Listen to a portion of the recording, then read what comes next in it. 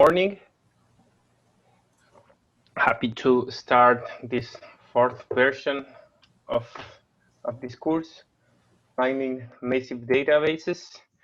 Unfortunately, this time we need to do the full course in remote, and I won't have the opportunity to visit the pretty Lviv, but I'll try to adapt everything to make it work online. First of all, please, if you have any questions or any comment, just write in the chat. I'll be alternating my screen between the slides and the chat window, so I have visibility on the chat window. So if you have a question, please just write there. I'll be also trying to use some interactive tools to make some questions. I usually try to interact as much as possible with you during the class. So please stay tuned and pay attention, because I will be making some questions, and we'll try to coordinate this to make it work. Okay, so let's start. If I can. So very briefly, let's introduce myself. My name is Diego Saez Trumper. I'm originally from Chile, but I'm based in Barcelona for many years now. I'm currently a research scientist at the Wikimedia Foundation. The Wikimedia Foundation is the organization that operates Wikipedia.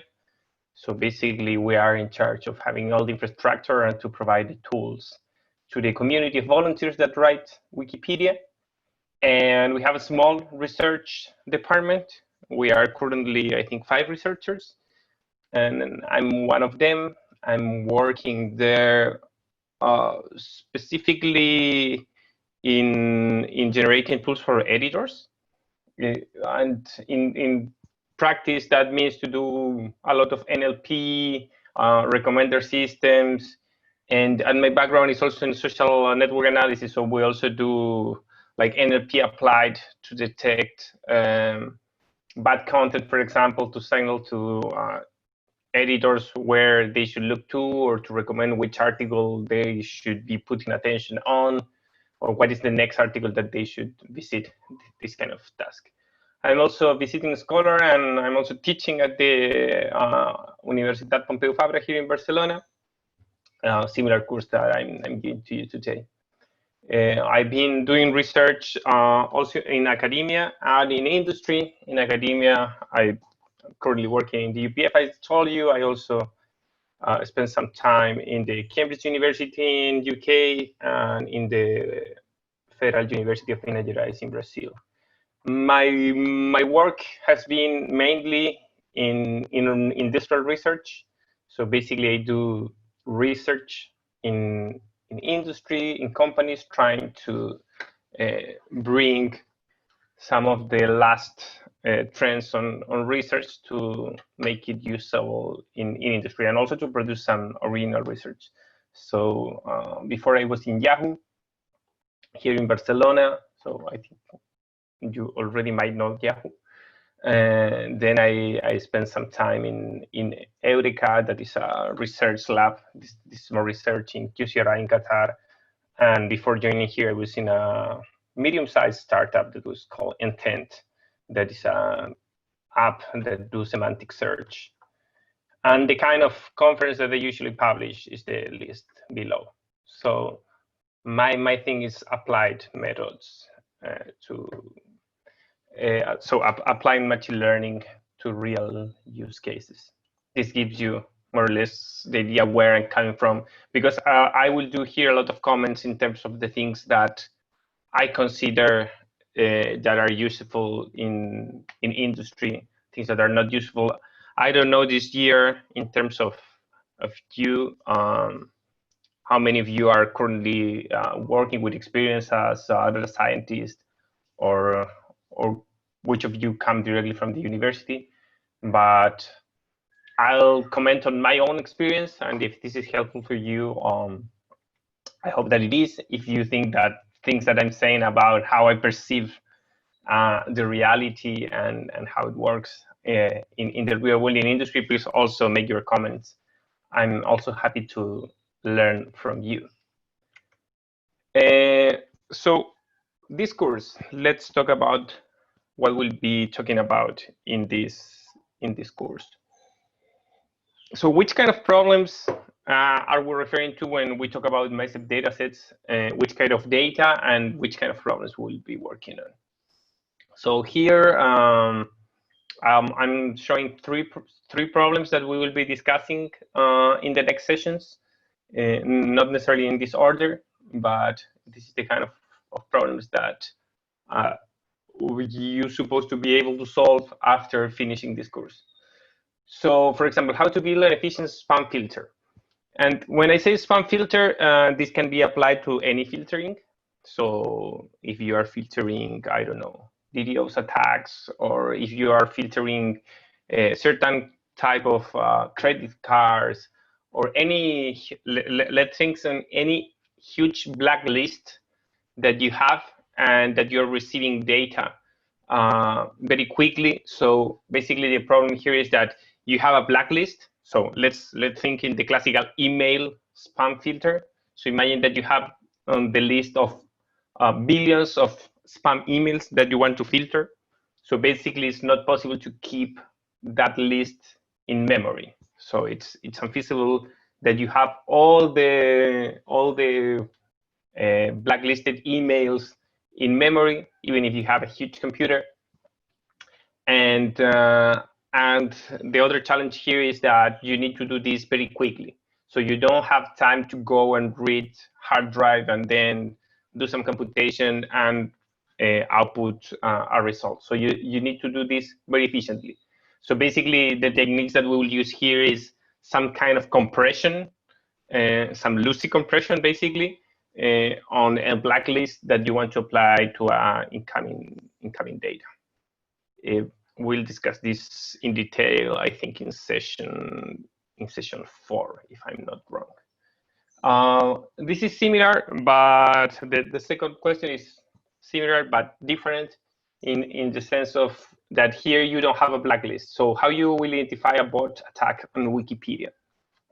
And I will be using a lot of examples from Wikipedia, not only because I work there, but also because most of the data there is public. So we will be able to use that data and to play with it. But how you will identify a bot attack in Wikipedia? So how is this different from spam filter? In the spam filter, you have the blacklist pre-computed. And when you're identifying bot attacks or any other kind of attack or any other kind of live classification of your users, here you don't have the blacklist in advance. You need to look to the traffic. So you need to look which request you're receiving. And again, you cannot keep statistics of every, for example, from every IP address. Or you cannot keep, in the case of bot attacks, you are not even blocking maybe IP addresses, but you are blocking some user agents. So you don't want to block a full university because one person is doing something wrong from the same IP address. So again, here it's very difficult to work with the full data, and you will need to do some kind of sampling.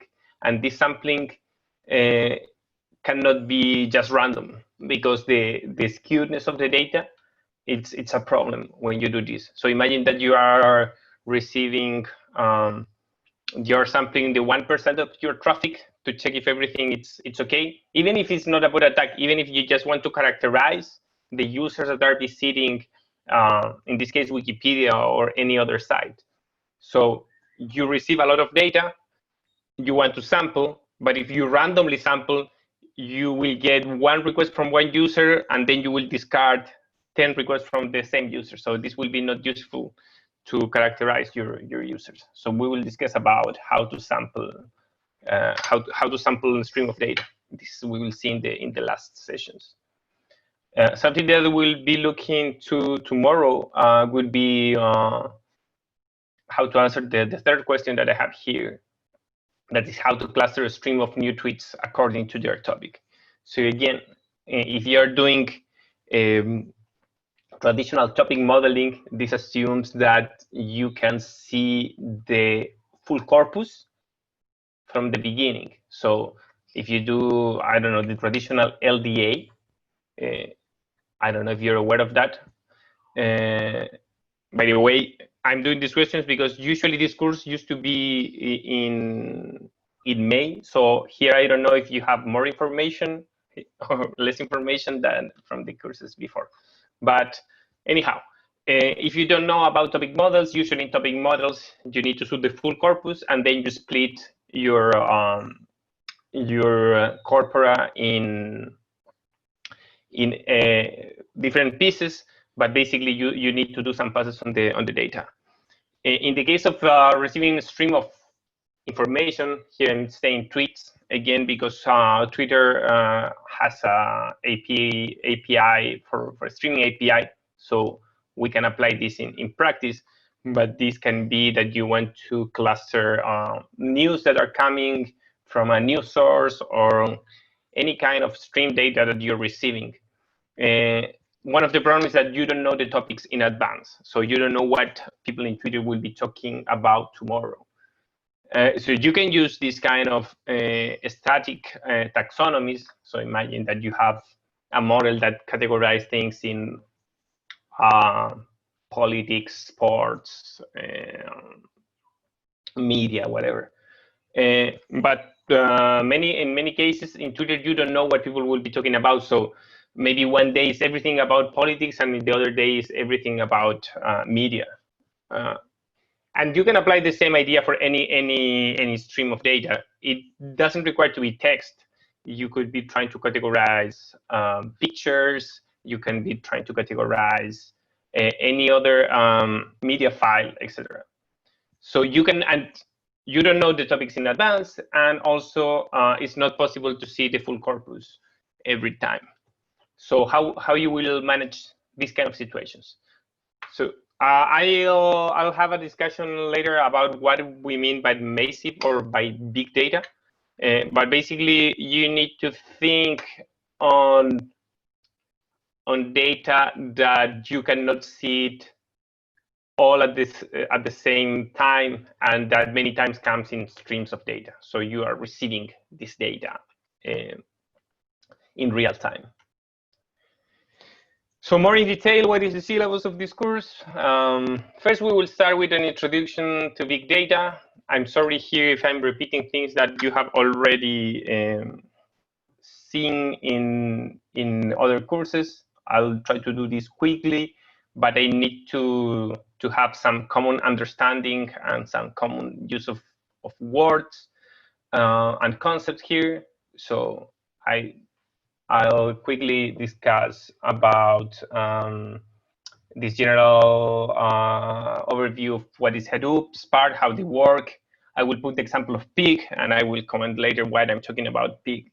That is kind of an outdated language. And I also talk a bit about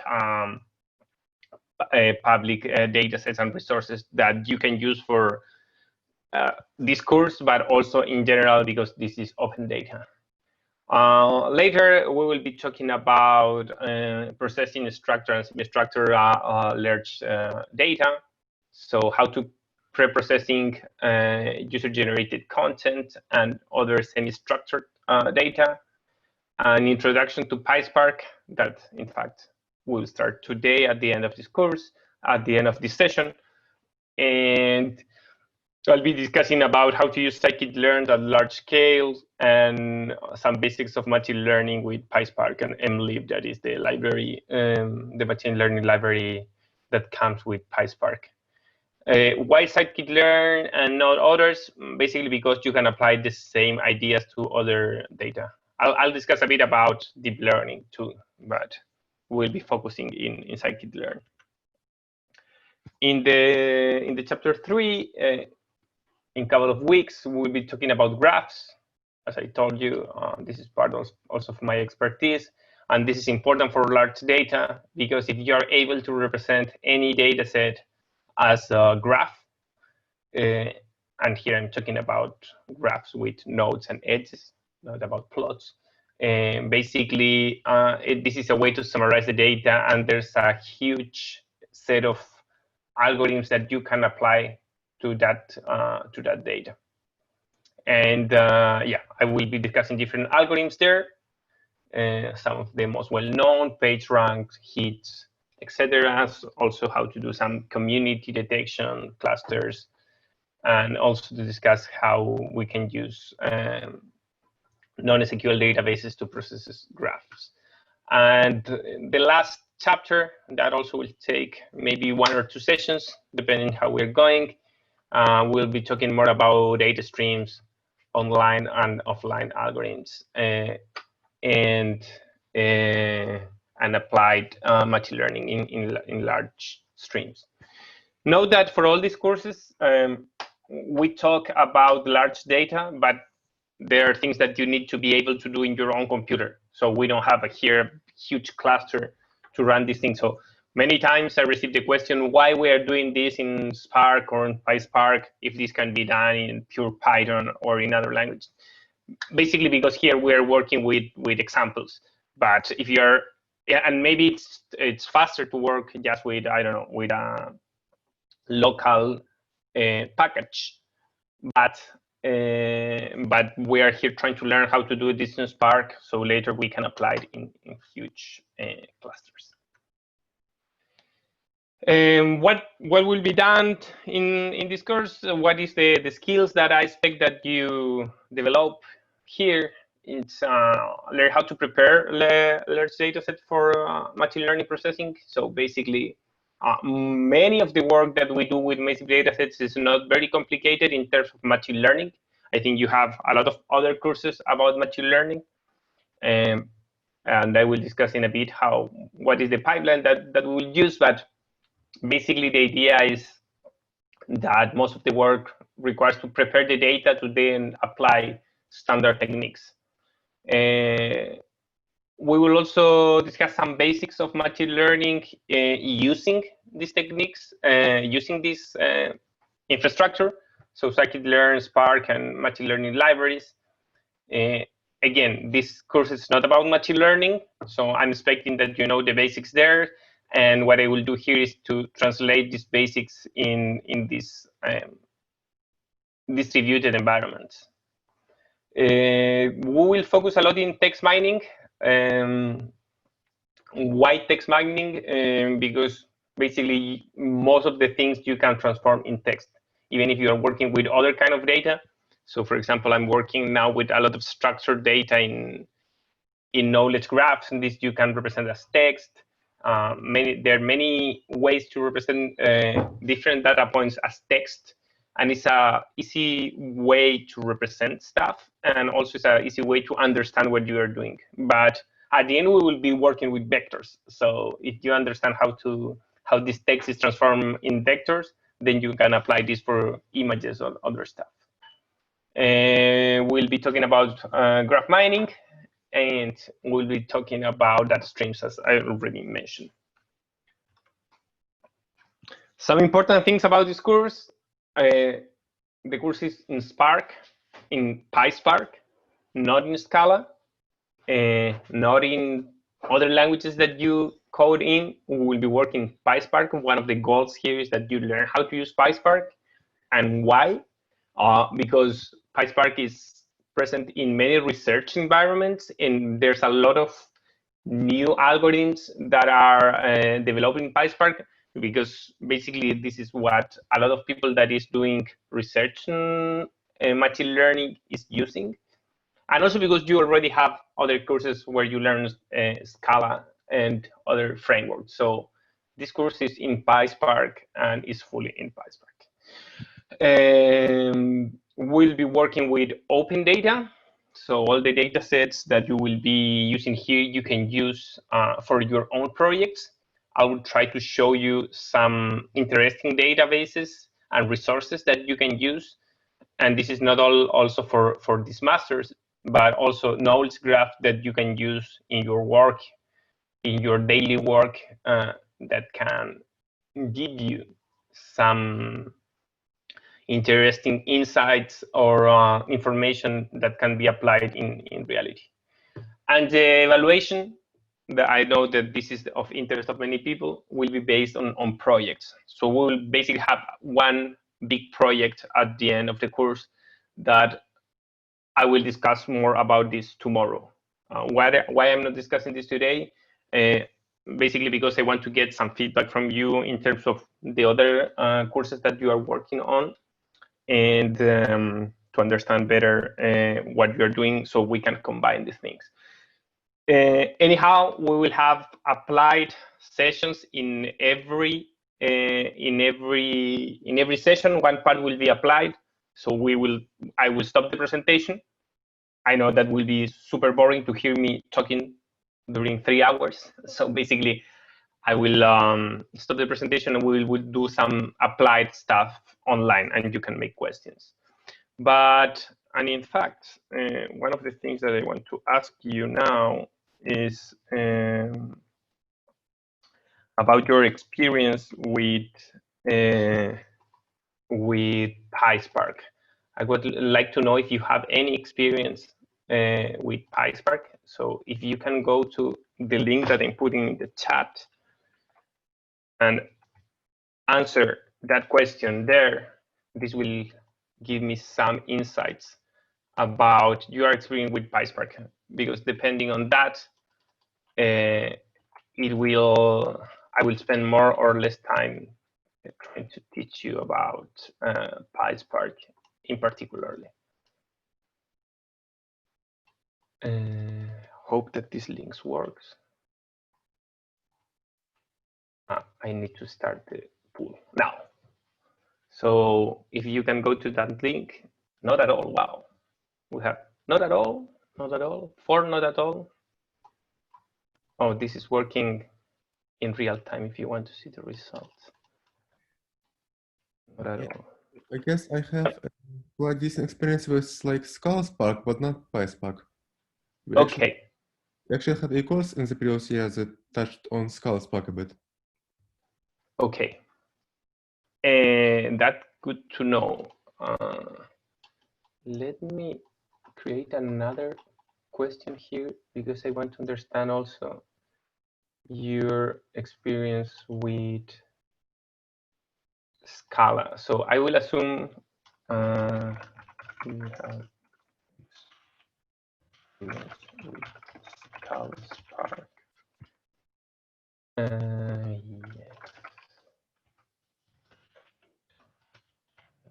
Okay.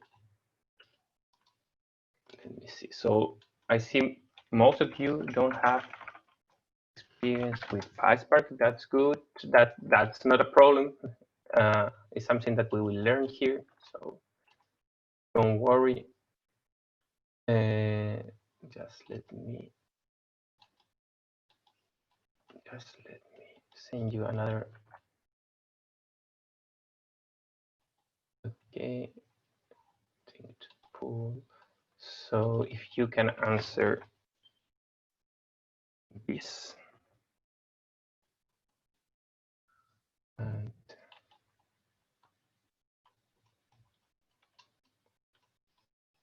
okay.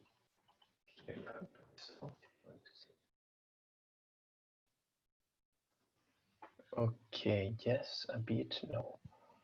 No. Okay, cool. Okay, so 1 person with experience in ScalaSpark, and 2 with a bit of experience, and 4 with no experience. Okay, that's fair. So that's good for introducing the course today. Wow, 5 with no experience. Okay. So the methodology of this course will be good for you, I think, because here we will try to, in every session, to learn some specific skill about PySpark, but for knowing that, you will need to understand what is happening on the background of Spark, and we will be talking about this. So the methodology is what I already mentioned. So the idea is to go very deep in terms of some basic ideas. So keep it as simple as possible, and then play with the data. So I'll try to do this very interactive in terms of that in every session, as I already mentioned, we'll be doing some applied stuff. And I always keep the KEYS principle. I don't know if you know the KEYS principle. If not, look for it on Wikipedia. But basically, let's keep it simple. I won't say the last S, what it means. So today, the course description we already done. Now I will go for this background presentation of what I mean by machine learning and massive data sets, and some of the general ideas that I have already discussed. Then we will go for an overview of Hadoop file system and Spark. I will do a pause, 5 minutes, I think, between these two topics. And then when we finish these two topics, we will go with a hello world in PySpark and learn how to basically read some data and do some basics operations with PySpark. I'll be working with, you can install in PySpark on your computer, or you can use a Docker image that I will also tell you how to install. So recapping, I will start with this quick introduction to machine learning and massive data sets, then short pause, and then the overview, and then we go to the applied work. Let me see how we will time. Yeah, very good. Okay, so first thing, this is one of my favorite topics. Yeah, can you hear me? Yeah, you can use Google Colab too. If you want to use Google Colab, no problem at all. Okay, thank you. So the concept of what is big for an algorithm, I think I already mentioned some ideas about this. But the first thing that I want to say is that the concept of big data has been abused and super abused for commercial purposes. I've been working in some consultancy projects where they give me an Excel and ask me to do big data on top of that Excel with 1,000 rows. But so given that has been so much abused, it's losing some meaning in practice. People will talk to you about big data, talking about data set of a couple of gigabytes, until projects that requires petabytes. And this depends a lot in the project that you work, depends a lot in the company, size of the company. Sometimes you work in a small company with no resources that receives a huge data set that needs to be processed, and you don't have the resources to do that. Sometimes you will be asked to do some big data with data that you can load in the memory of your laptop. So from the perspective of the algorithm, I'll be talking here usually about massive data sets when you cannot keep all the information in memory, and when you cannot visit the full data set in memory. So I give you the examples before about spam, or about bot detection, about text classification in real time. There is the problem, what is big or not, is usually related with your resources. So it's not the same if you need to run in a small machine that sometimes by requirement the machine is small, that if you have a huge cluster, the concept is a bit different. And also in the time that you have to respond to the input that you're receiving, and whatever this input is. So the notion of size here is depending on the application. So it's not a characteristic of the data itself. Depends on the data. Depends on the framework and depends on the task that we are doing. And I don't know. Now it's not super usual, but it's also possible that you end up working with sensors where the data is not huge, but you are working with very small processors. So even, these couple of gigabytes can be a problem. And you can apply some of the algorithms that we'll look into, because usually when you work with big data, what you are doing is kind of very basic filtering or summarizing of data. And also, if you work with phones, for example, now I'm working in a project that is to do image recognition with cell phones. So depending on the phone that you are working with, again, something that is not big for your computer, it can be big for the phone. Although that phones are growing a lot nowadays, so maybe it's not the best example. So usually the trade-off that you have here is the size of the data and also the frameworks that you can use. So about the discussion between PySpark and Scala Spark is that some of the algorithms that you want to use, depending on what you are working on, might be not implemented in Scala, or some of them can be not implemented in Python. So it will depend in the complexity of the algorithms that you are working on, and many times also depends on the, it's random. So someone implemented this in Spark, someone implemented this in Scala, and many times depends on the company, university, organization you are working for, because they have just by, let's say, tradition, by legacy, different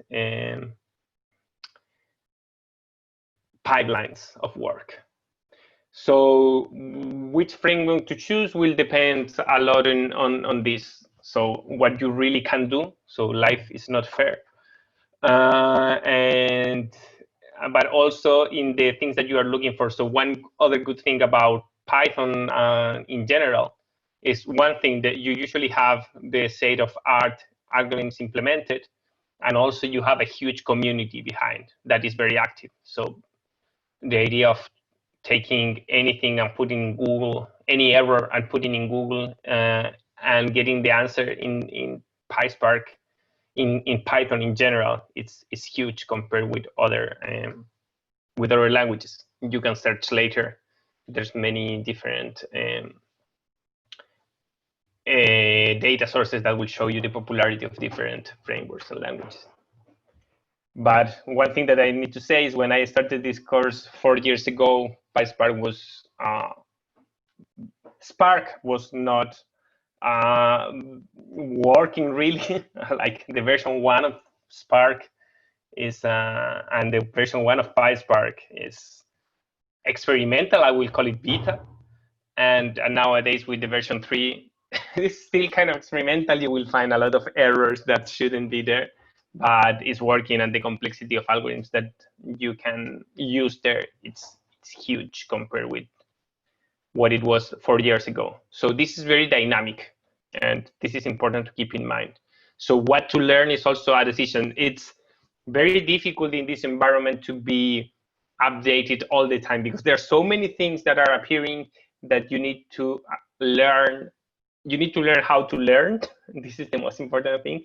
But also you need to learn the basics. So that's my proposal for this course, is if you know the basics, then applying new frameworks or new packages won't be that difficult if you are understanding what is happening in the background.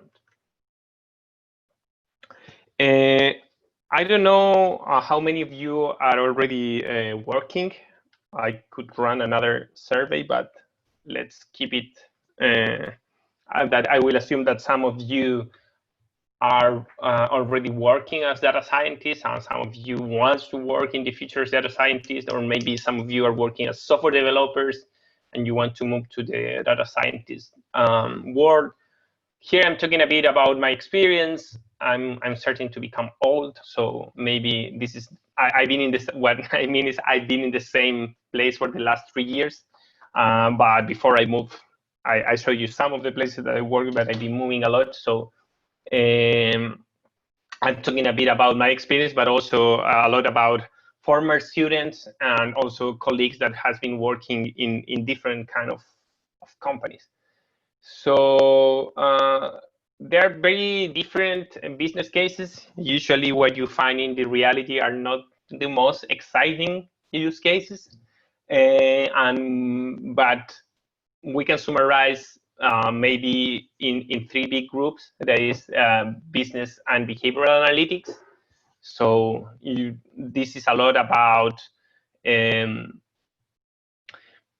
characterizing what your customers or your users will do, or how a company, some data that the company itself is producing is working. So there's a lot of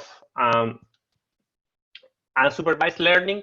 So basically, you don't have a ground truth, and you want to split your data and summarize your data in a way that it's useful for others, usually for let's say for humans to take decisions. I would add the visualization bit there. A lot of things can be also represented. A lot of tasks can be also represented as a recommender system. So I think you all know a bit about recommender system, but basically I'm talking about the task of giving a user and given some information that I have about a given user, the recommendation that I can send to she or he, depending on the things that I want to promote, basically.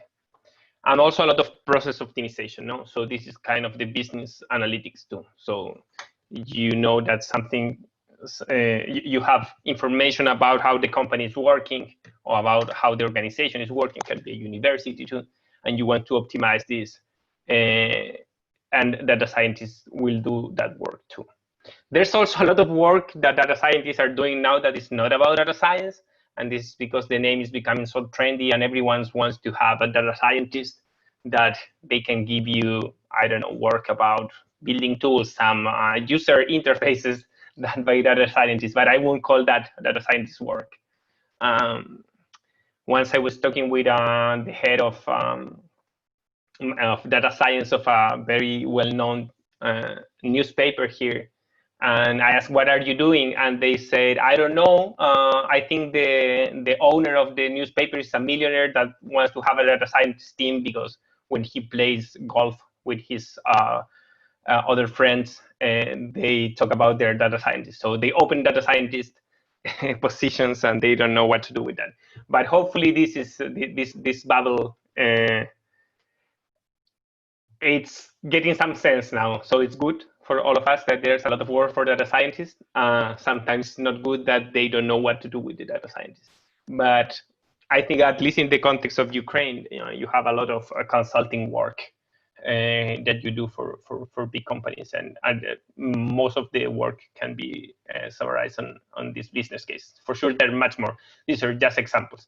But all the problems from a machine learning perspective can usually be reduced to the 3 main tasks of machine learning, that is classification, clustering, and ranking. So classification, we're talking when we know the labels, or we want to assign labels to data. So we have some ground truth, and we want to do supervised learning, teaching the algorithm to giving an input.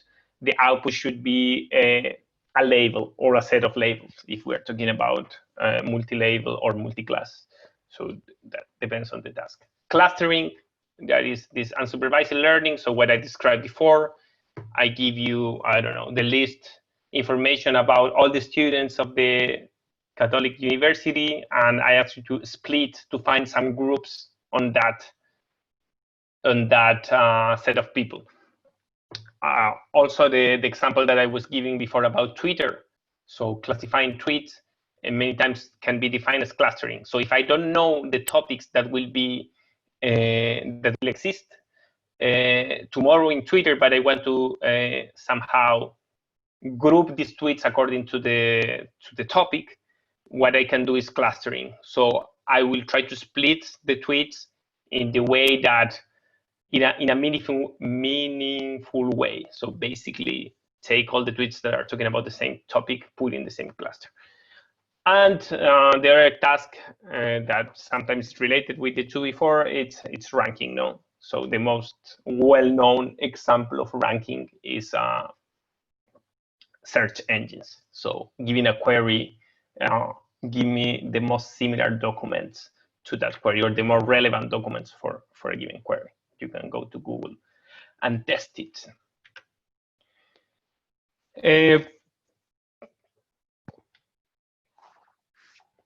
So there are different ways to work when you have a huge data set, massive data sets or big data.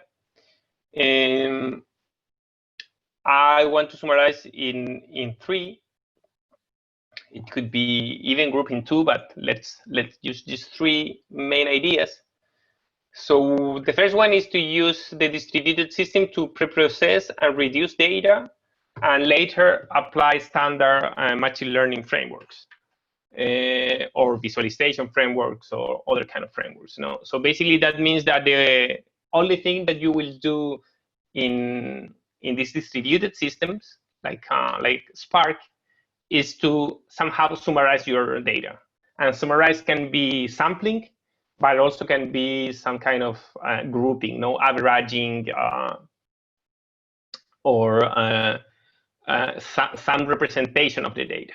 So I would say that this is the most usual one, at least in my experience, because basically sometimes you have, I don't know, I'm working, for example, with all the page links that exist on Wikipedia. And if you get all the wikis, so in all the languages, you arrive to almost 200 million links.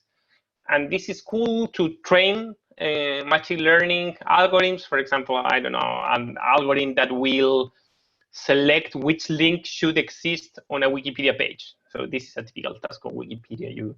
I give you an article, and I give an article to the algorithm, and I ask the algorithm to select which piece of text should have a link to another Wikipedia page. But it's cool to have these 200 million page links, but many times this is just not useful. So maybe what you want to do is to take these 200 million page links and create a model that summarizes every time that you have a page where the links should be, or to sample them, because working with these 200 million page links is not useful in practice. Or maybe you want to work with these 200 millions, but to test your algorithms, you want to have a good sample of that. And this sample is something manageable that you can apply your algorithms and don't wait 2 days for getting the answer, but just waiting 2 minutes. So this is a typical thing that you will do. Just use Hadoop Spark to pre-process your data and reduce it to a manageable size. You can also do machine learning on top of the big data if you have enough resources, or if you don't know too much about the data and you don't know how to sample because you have no idea how the data looks like. You will do this kind of machine learning on Spark, in this case, on the distributed system. So again, the trade-off here is that usually the kind of algorithms that you can apply here will be much simpler and more reduced in terms of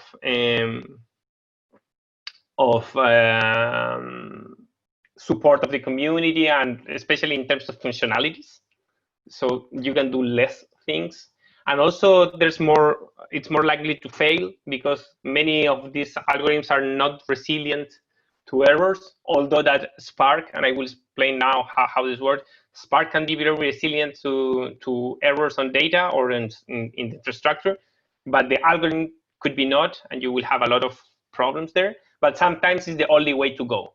And also, if you work for a company or for an institution that has enough resources, sometimes you can just be playing with this huge cluster running stuff. When I was in Yahoo, for example, yeah, it was very easy to just press one button and run something in some algorithm in 200 instances. So there you can play more. So this will depend a lot where you are working or for which kind of project you are working. And the other thing that you can do, and I will show you an example tomorrow about this, is to use distributed systems to parallelize standard frames. There's a question? No? Okay, I hear the microphone opening. I thought that, so wait. So this last thing about using distributed system to parallelize standard machine learning frameworks is, for example, how you can use different scikit-learn models in different machines. You will run in parallel and compare or use this for for tuning the parameters of your algorithm. So I would say that the two first ones, the two first ones are the most usual ones. The third one is very useful. So that's why I want to try to explain this, although that is not that common. I haven't seen it at least that much. This is the KISS principle. Keep it simple. This is KISS. Why I'm talking about here about scikit-learn, and I'm not talking about this. So why this sounds from 10 years ago? Basically, as I said, first because you will apply many of the techniques that we will learn here, you can apply later for any algorithm. And I will use here scikit-learn because it's a solid, very well documented with a huge community project. But also because I've seen the tendency in the last years, every time that I work with fresh data scientists or researchers, that there's this idea of applying deep learning for everything. Like any problem that someone has, it happens a lot when I work with interns, for example. You give them a problem and they start building these very fancy deep learning architectures and put your attention layer and put let's add some transformer here and there, and let's copy this very fancy deep learning structure. And many times the thing can be solved with a linear regression. So you spend a lot of energy, a lot of time, and especially following the keep it simple or the Occam razor principle. Every time that you introduce more complexity in a model than is needed, you are adding the also point of failure. So if something can be solved with a linear regression, don't use a very fancy deep learning structure, because you are adding opportunities to have problems, basically. And the other thing very important is that sometimes even people that knows a lot how to work with I don't know, with TensorFlow, with PyTorch, with all the things that are very important. I'm not saying that you shouldn't learn and that you shouldn't apply, but many times they just start applying these methods without looking to the data.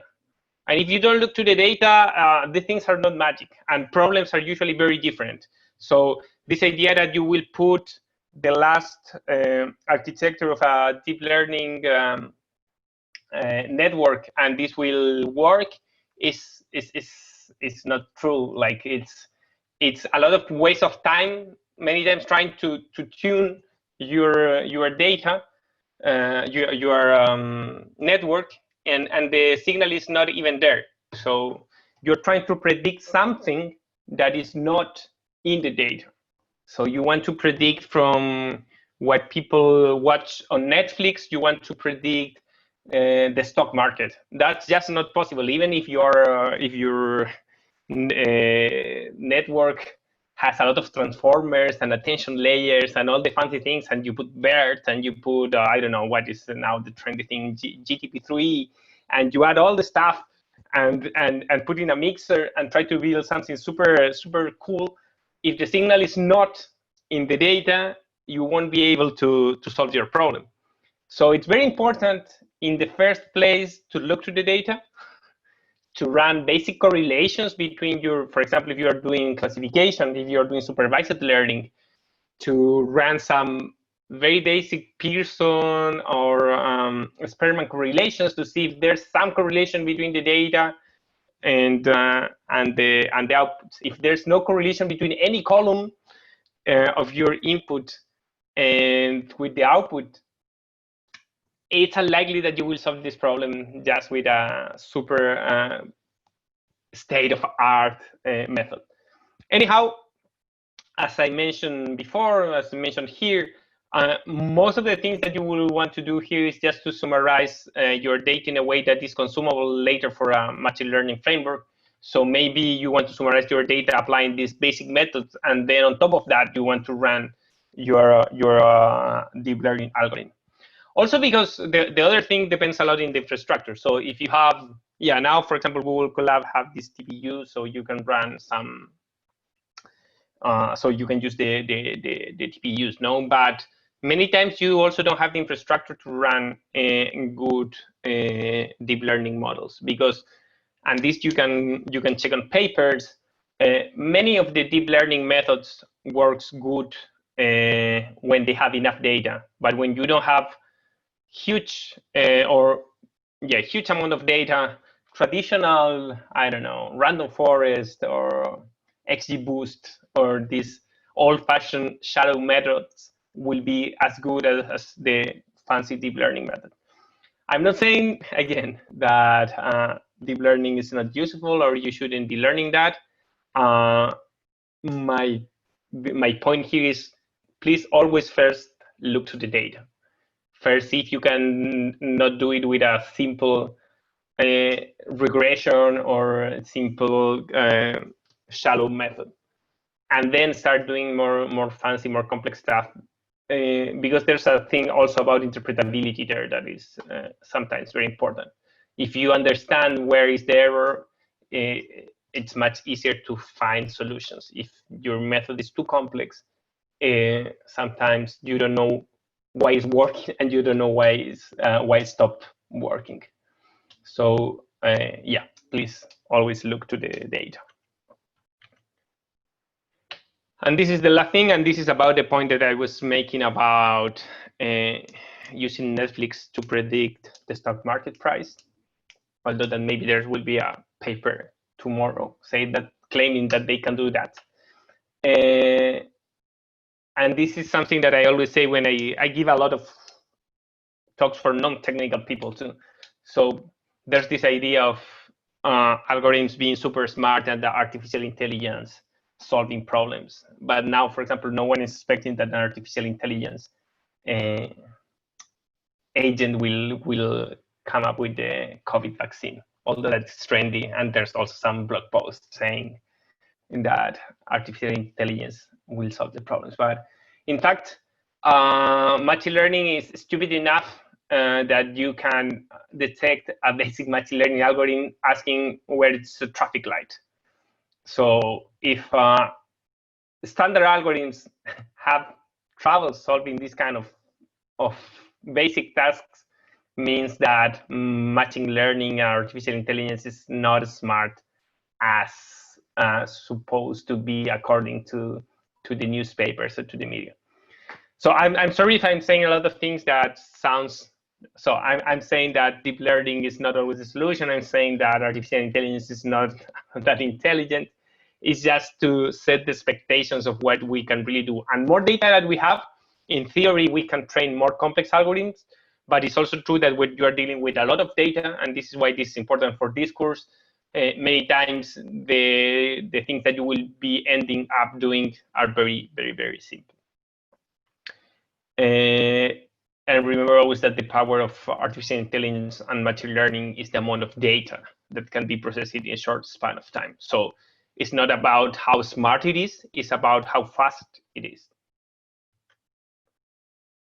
And that's the basic reason for that, and this will be applied to any machine learning process, but especially when we are talking about massive data sets, is that machines needs to work with a simplified version of the reality. So in a very abstract way, you have an idea. This idea you will transform in a task, in a machine learning task. So recommend the next movie, recommend which product to buy, detect anomalies in the credit card transactions. Any of these ideas you will transform in a task, and then this task need to be represented by some data. And that the data could be text, could be images, could be audio, could be other kind of structure data. But at the end, you will take, for example, text, and the text you will represent by words. So the machine won't understand text, even this GPT-3 won't understand text, but will understand relation between words. And then with the context, we'll transform this in vectors. And at the end, we will be working with vectors all the time. And this is also something to keep in mind. I think I mentioned before that in this course, we'll be working mainly with text, not really with images or audio or other kind of data entries, because at the end, anything you can represent as text. But at the end, you're representing everything as vectors. So also, if you are very interested in image processing or computer vision or audio processing, techniques that you will learn here will be useful, because when you have the vector representation, you can apply any of these techniques. So going back to the point here, artificial intelligence is not that intelligent, because as more abstract is the information, more complex for the machines to understand. And here's a full area of research that is called representation learning. That is in fact where deep learning is very good. So it's basically how I represent a set of images in vectors. This is the main work of people doing research on machine learning, and this is where deep learning shines. So basically, you input a text, and the vector representation of that text is much better if you use the shallow methods. Okay, I will do a pause now, 5 minutes, because I'm talking too much. I don't know if there's questions, comments. Yeah, any question, comment, complaint? Everybody's sleeping? No? Yeah, thanks, Diego. Very interesting introduction. Just one question. Which programming language do you usually use in your research or work? Yeah, I usually use mainly Python and PySpark, and some things I do with Scala.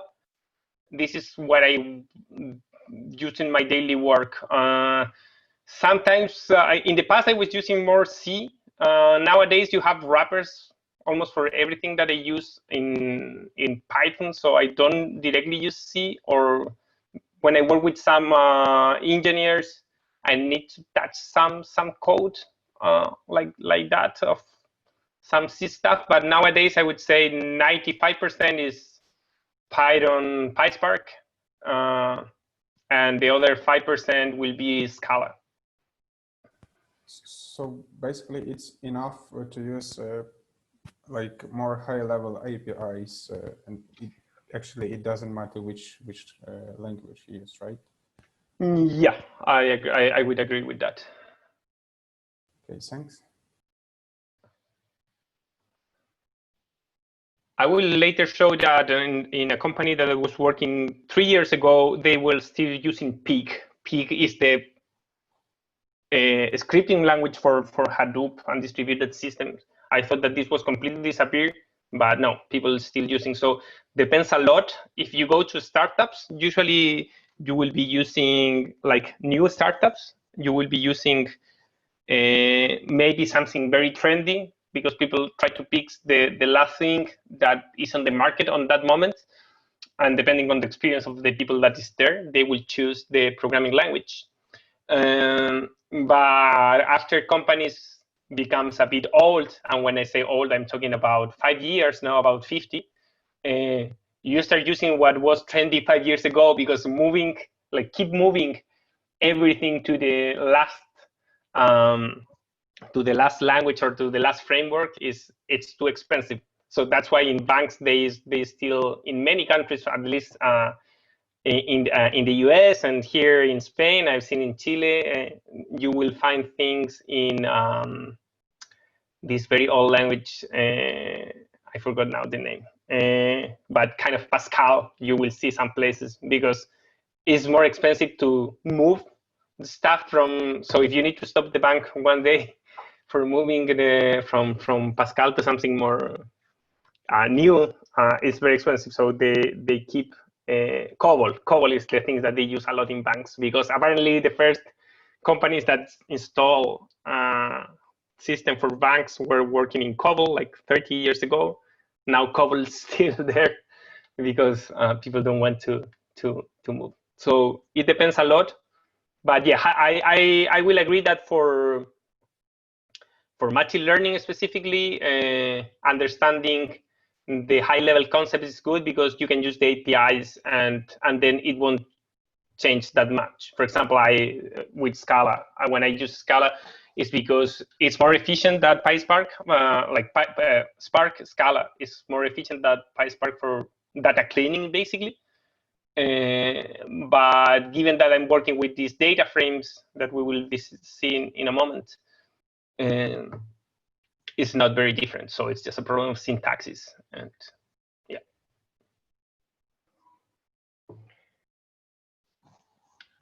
Okay. Can we do a pause of 10 minutes? So let's restart in, let's say for you are 10:20. So we can breathe a bit. Okay. Yeah, super. Thanks. Okay, see you in 12 minutes.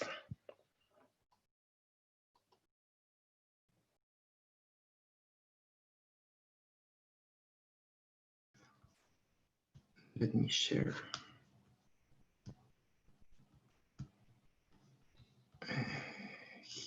Here.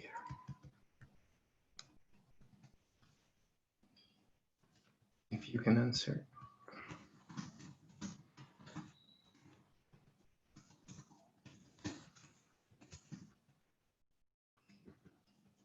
So if you can go and answer that.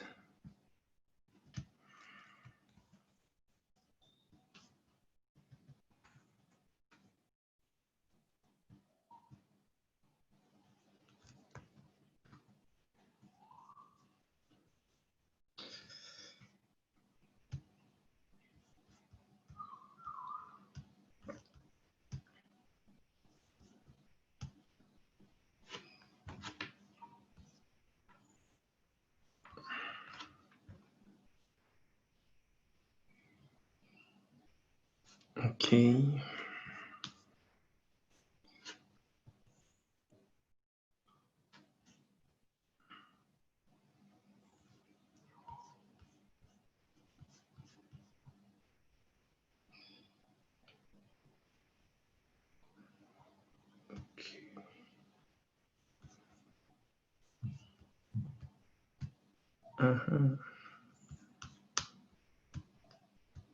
This one.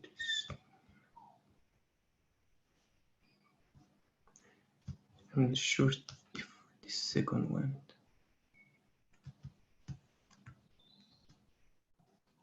This is the second question. Yeah, theirs is the second question. I'm learning to use this. Sorry about that.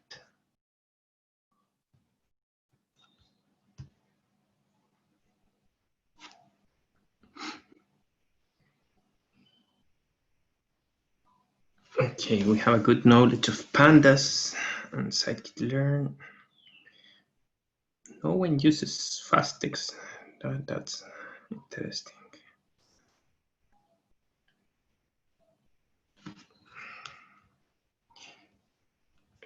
Okay.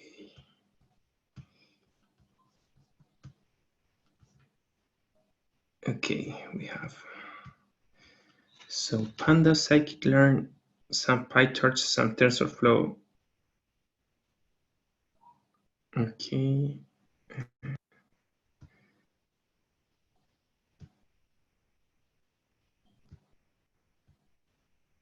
Okay.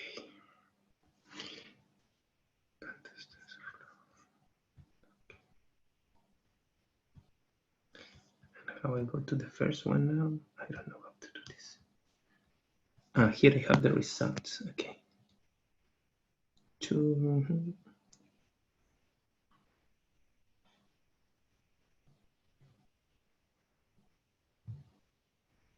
Okay. That's good to know. I think I need to start presenting here again.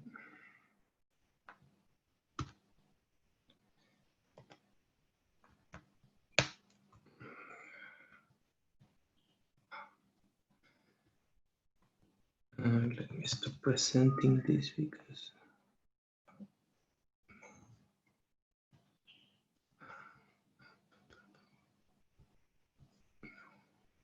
here. Okay. Okay, so it's good to know more or less about your current experience. Oops.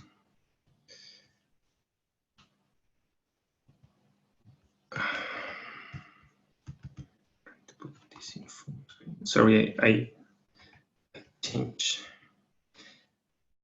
We were here. No? Can you see the presentation now? Yeah, everything is there. Cloud computing providers. Huh? There. Yeah. Okay, thank you. So let me come back to this.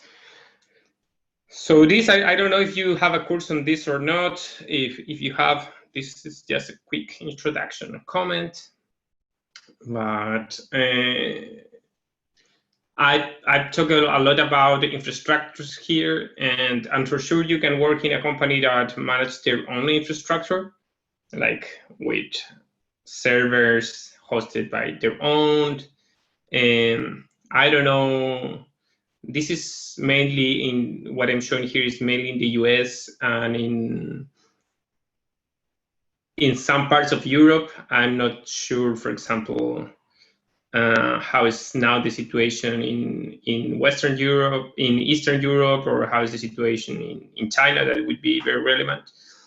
And my understanding is that in any case in Ukraine, you work a lot with companies that are in the UK, for example. So I think this will be completely valid, but this is just an example. You can extrapolate for other providers.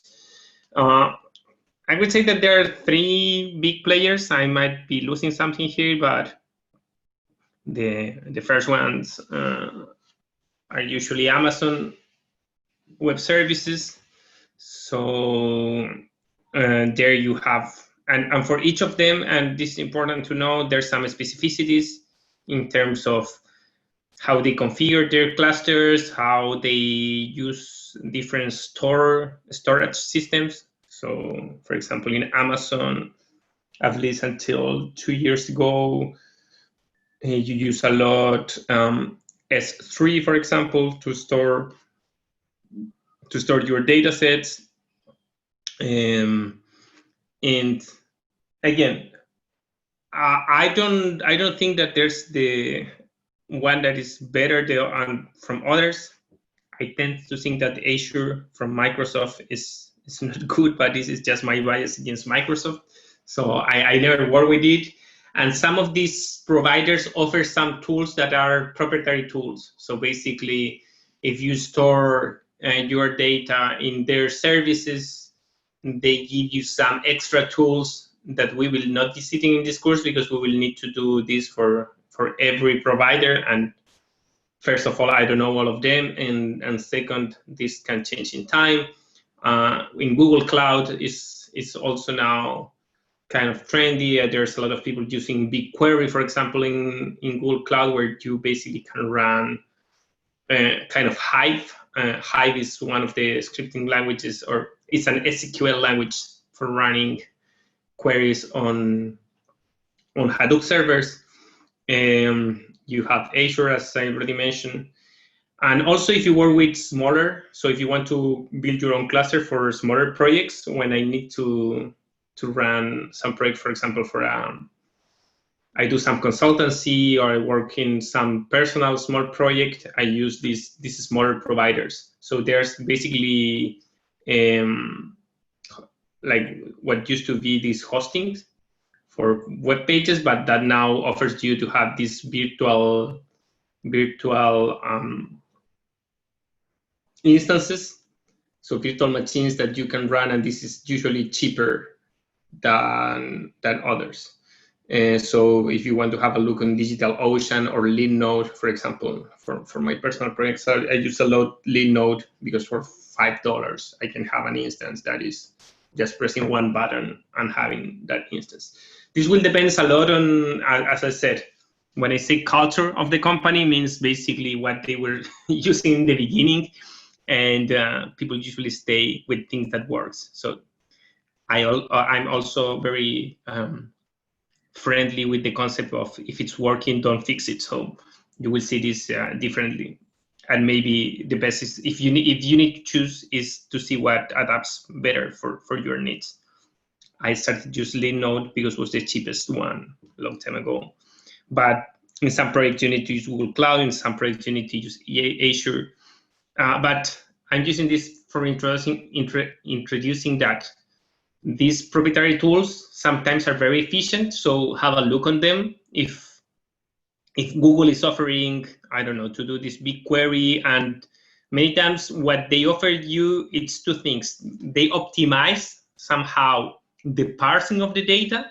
So you upload a huge JSON file to Google Cloud, and Google puts you some layer that is very smart, parsing the data and transforming in columns data, for example, or in raw data, but something that is very efficient there. So on top of that, when the data is already parsed, you can run traditional queries like Hive that we will talk about. But could be that one of them offered you also a tool that is proprietary from them. So my recommendation there is if you will work in a long-term project with one of these infrastructures, or if you are joining, oh, sorry, I was covering my camera. Or if you are joining a company that you think you will stay for a long time, it makes sense to learn the specificities of that infrastructure. And as I mentioned, I think there's not that many now. So I think if you learn Amazon, Google Cloud, and Azure, it could be good. I know that there's some, for example, job interviews where they can ask about specific things about Amazon Web Services. So if they will hire you as a data engineer, they will be very interested in you knowing from the beginning how to start the Spark cluster in Amazon Web Services. But also, so the recommendation is if you will work there for a long time, or if you have the opportunity, learn these things. But it's very important to know the high level, so the abstraction that, sorry, this is not the high level, the low level infrastructure that is behind, because this will allow you to understand what is happening and to move quickly from one service to other. So I won't do this in this course because it's out of the scope, but you can spend $10 or $15 and mount a cluster of Spark in Linode, and this will teach you how to work with Yarn. You can do this even with virtual machines in your computer. Even with Docker, there's some examples, but with Docker, it's not that interesting in that case. But the point is, learning how to do something, a specific task, requires to use some specific tools, but understanding what is in the background, it will help you to learn quickly how to do this in any of these environments. Yeah, my favorite slide. This slide I copied from a presentation of a data engineer when I was working in Intent. It was this medium-sized startup that I mentioned. They say that data scientists spend around 80% of their time in data cleaning. I can tell you that now that I'm working in the Wikimedia Foundation, that we have more than 20 years, I think 18 years of service of Wikipedia, and that I'm a senior research scientist, and I'm supposed to spend my time working in the top algorithms and reading papers and writing papers. I still spend, I don't know, the 80% of my time cleaning data, but I spend a good part of my time cleaning data. So what they call data munging or data wrangling or data cleaning, that are not exactly synonyms of all of them. It's something that will spend you will use a lot of time doing that. Hopefully you will work with someone else that can help you in that work, but at the end, even if you are the principal machine learning engineer in the company, you will need to do some of this stuff because machine learning still, and that's why you will be well paid for that, is something that requires tuning for every project somehow. So if this was just like an, I don't know, a plug and play system, this job wouldn't be so trendy, no? So the point is that you need to adapt. Always you need to adapt something, and always you need to clean some data. Always you will find some new value that will make your system crash, or some string that is too long, or some data format that is not easy to read. So that's why in the beginning this field was called data mining, no? Because you had the data and you need to mine to get some value from this raw material, from this raw data. So keep this in mind and don't get disappointed if you are hired with a fancy data science title and you spend the first days. I would say that for every project that I've worked in, I personally have spent some time in the beginning of the project cleaning the data. And at the end of the project, you do some cleaning again because, there's always some issues. And then when you start working with real data, because one thing that you will be doing a lot is creating model, testing with your databases, but then applying in reality, most of the problems that you will have is not the structure of your deep learning algorithm, is that some stupid data point comes with some noise, or someone changed the format of the data that you're consuming and you need to adapt. So keep this in mind. I think you will remember this in a couple of years. Okay, let's go to the tools and let's go to talk a bit about the important thing on Spark and Scala. So some of you mentioned that you have worked with Spark Scala, but also most of you haven't worked with that. With PySpark, almost none of you. So let's talk a bit about what tools are usually used to process big data. And here I'm talking specifically about distributed systems.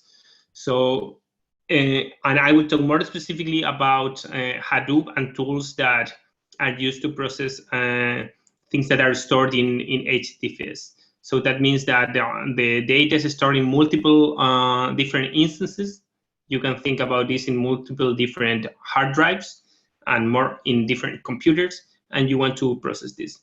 So the traditional old-fashioned system that was used to work with data that was in the Hadoop environment was Pig.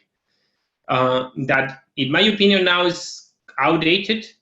But as I mentioned it some minutes ago, I joined a company 3.5 years ago, and when I entered, the most relevant scripts, the ones that were eating the important data, so the first layer was still written in Pig.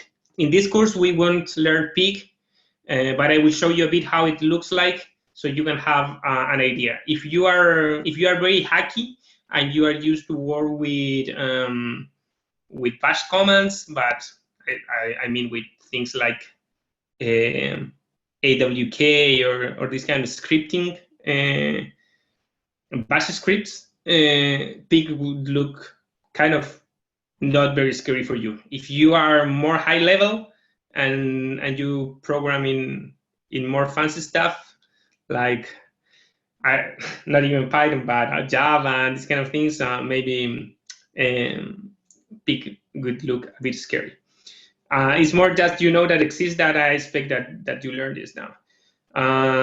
So the other thing that is used a lot is Scala. So people usually, when people say Spark, I will talk now the difference between Spark and Scala, but usually the language by default for Spark is Scala. So for data engineers, if you ever apply to a data engineer position, that now is one of the most trendy jobs, like in terms of, when I say trendy, means that there's a lot of openings for data engineers, and there's very good salaries also for data engineers. If you look good, they will expect you. They will put Spark, and that would mean that they will expect that you know how to code a bit of Scala.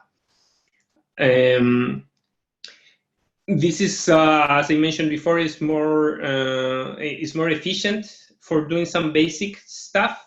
So when you use PySpark, you're using an API that at the end the things go to a virtual machine, but you are adding one step when you're using PySpark. So doing some stuff in Scala is useful. The point is that you have less sophisticated algorithms and stuff that you can do. Then that's the reason that I use PySpark, and this can be a bias from myself in terms that I work in most of these research environment. So here we use, in every place that I've been, we use PySpark, but it could be that depending on the place, it's just Scala.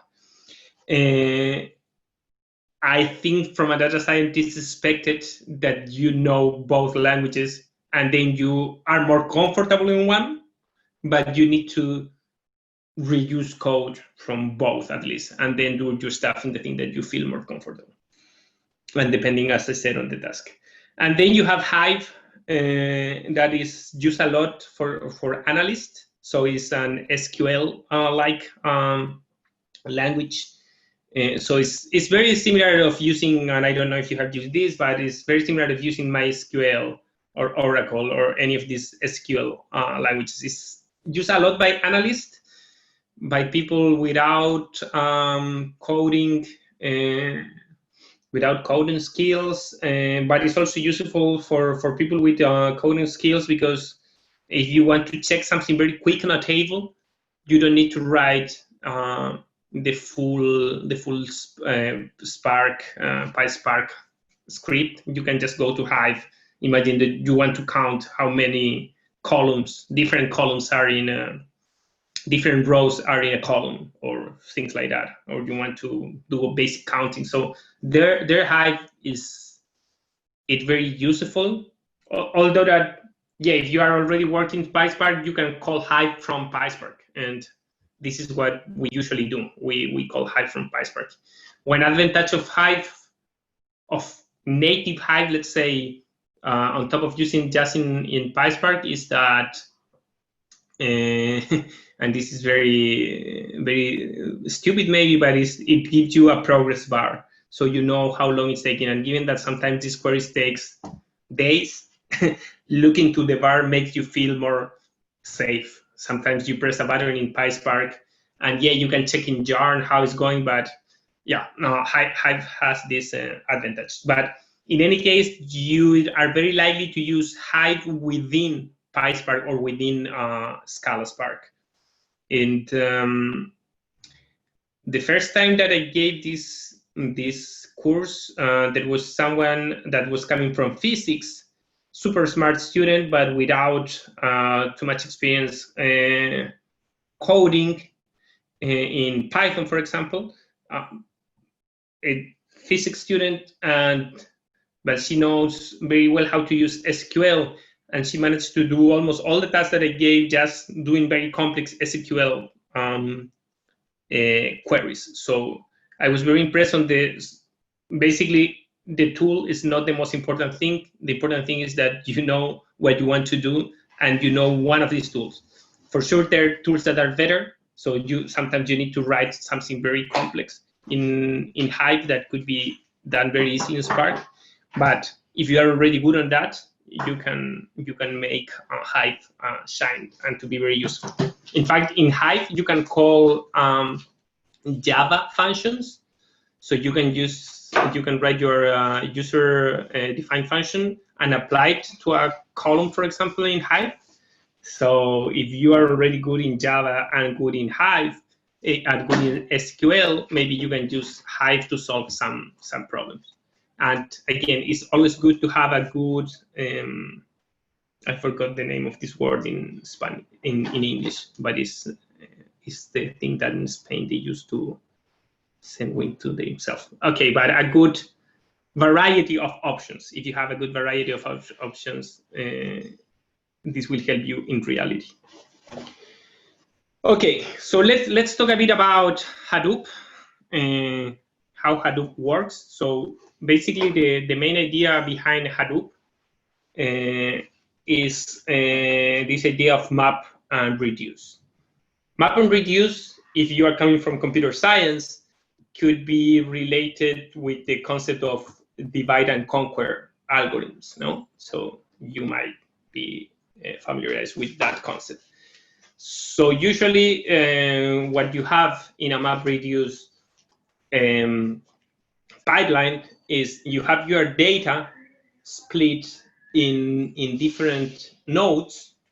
So you can think in different computers, could be virtual machines, but let's think in different computers. And then you want to map them to different workers. So you have the data in one node, the data in this case in 3 nodes. That would be this text. A web search engine is a software system that is designed to search for information on the World Wide Web. And then you want to send this to the mappers that will be like usually in Spark, these are called workers. And then you will map every piece of this text, in this case, or of your data in general, to to some of these mappers. So you will split, and in this example, we just want to count the number of times that each word appears in the text. So the result would be that, for example, the word A appears twice, the word is appears twice. I think all the others appears once. So you are counting. So what you will do is you will split your data in many pieces in the mappers, and in each of them you will count the number of times that the words appears in each of these data splits. So imagine that you are putting here, for example, the first line you are sending to mapper 1, the second and third line you are sending to mapper 2, and the last 2 lines you are sending to mapper 3. So in each of them you will do this small task. So this is the divide part. In the divide and conquer, this is what is called the map in the map reduce. You will do this small task, and then you will have this stage of shuffling and sorting. So you will basically mix all the words. In this case, the word A that appears once here and one here, you will put it together. So you will have a vector like this. So you can see A, it's counted once here. Now A is represented by a vector, and is represented by a vector because it appears in two different mappers. And at the end, this will be going to the reducer, and the reducer, in this case, that is a counting. So we are counting things. We'll sum these vectors, and this is the reducing stage.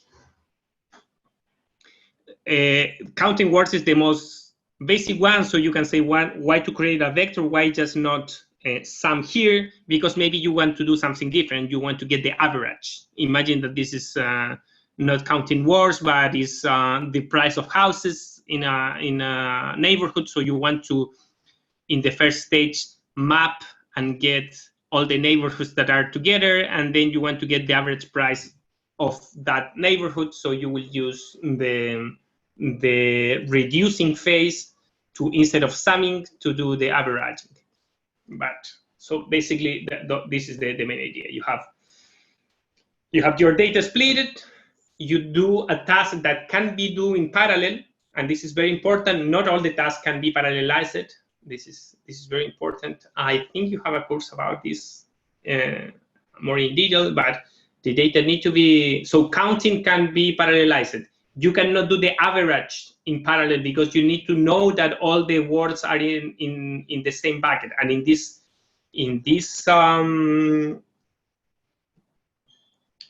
configuration, you don't know which words are here. This mapper doesn't know what this mapper is doing, basically.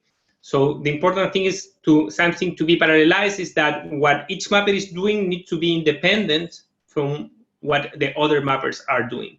So you do this small task, and then you send to the reducers, and the reducers do something with the result of what was done in the mapping stage.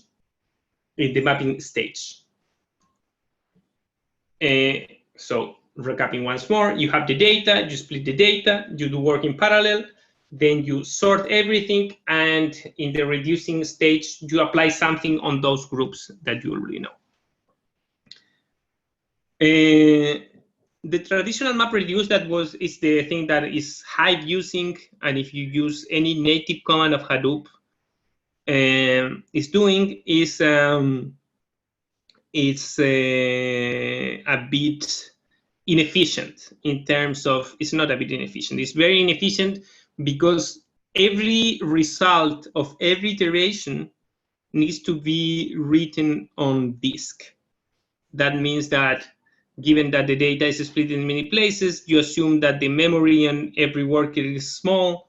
So basically, every result you will write on hard drive, and this is basically adding a lot of time reading and writing. So hard drives, you know that even nowadays, solid state drives, hard drives are very expensive. So usually when you're working with huge data sets, your drives, your hard drives might be not the fastest one in the earth. And even if they're fast, they are usually not as fast at having things on memory. So this is exactly what I'm describing. Most of the time is usually wasted in disk input or output.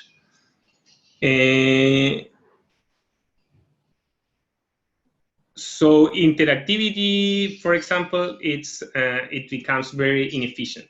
If you want to do something where the nodes need to go many times, go and forth, so iterations or interactivity with the user or interactivity between nodes, it becomes very slow because the communication, it's always passing through the hard drive. And this is the problem that Spark came to solve. So basically the idea of Spark is to avoid the need of having all the data written and read from the hard drive. And the main idea behind Spark is what is called RDDs. That is the acronym for Resilient Distributed Data Sets. So what are the key components of the resilience of the RDDs? They are resilient in terms that they are fault tolerant, because, and this is a typical question if you are doing interviews and they want to know if you understand what is happening with what is your knowledge about distributed system. The typical question could be, what happened in Hadoop and especially in RDDs if one node fails? And this can happen many times, no? So you can have, I don't know, 200 workers, and if one fails, what happened? And the point it is that in theory, in practice, not always like this, but in theory, this shouldn't make fail the full process, and that is the resiliency. So basically, what the system does is using a lineage graph. It keeps some information that makes able to recompute missing or damaged partitions. So if one node fails, the data is already replicated in many other nodes, so the error can be reconstructed. The information on the failing node can be reconstructed. And this is very important because it's very usual that one node fails. This happens a lot. In fact, it's very usual, and the resiliency works in many cases. In other cases, resiliency doesn't work because if you have multiple workers failing, you might make the full process failing. But the idea is that, so RDDs are resilient, are distributed, and the data set basically is a collection of the data that is partitioned with the primitive values or values, tuples, objects, etc. In the example that we saw before was just a string that was split in many places, but this can be basically any data type supported by Spark. Spark supports most of the common data types that you know, like string, floats, tuples, what is called structs, that I think are the same that in Java. It supports floats, I think I already say. So basically, you can run any of them. There are some important things. The data is kept in memory and not in hard drive, specifically to avoid the problem of writing and reading from the drive. So this is the thing that makes Spark shine. It's much more faster than legacy methods because things are in memory. They are immutable and lazy evaluated. So this is super important. What means that they are read-only? That every time that you do a transformation on your data, a new data point is created.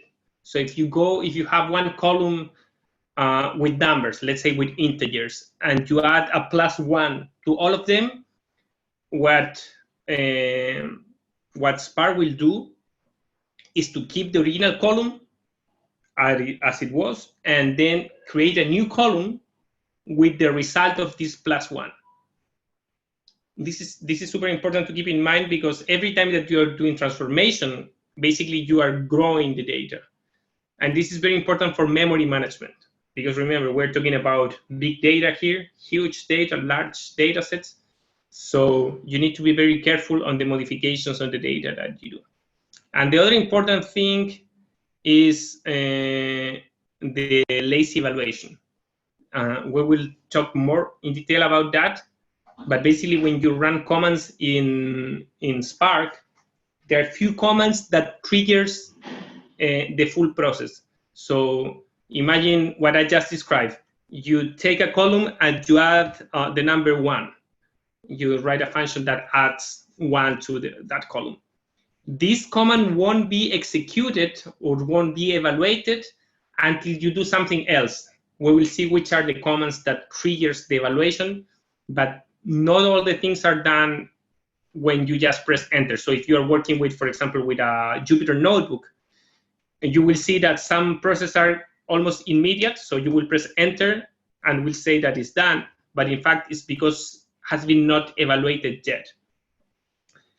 Why Spark don't evaluate things in real time? Because every time that you are designing a process, Spark is in the background trying to find the most efficient way to merge and to sort all the tasks that you are giving. So Spark does the work for you to make things more efficient, or tries to do the work more efficient. And the location stickiness refers that the data is always stored in the same nodes. Don't worry if this sounds too creepy, complex. We will see examples to understand this better.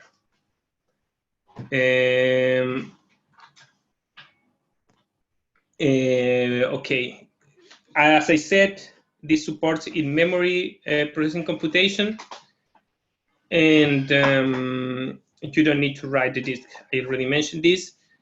And the good thing is that the things that are stored in memory as objects across the jobs can be shared across different jobs. So the data sharing in memory is from 10 to 100 times faster than the things on network on disk. Sorry, give me a second.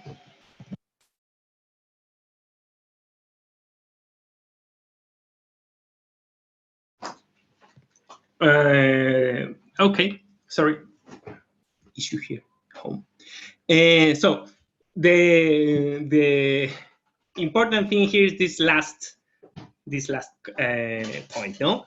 Given that working in memory and we're avoiding to write things on disk, we are improving our speed from 10 to 100 times, and this is what makes Spark so relevant and so appealing.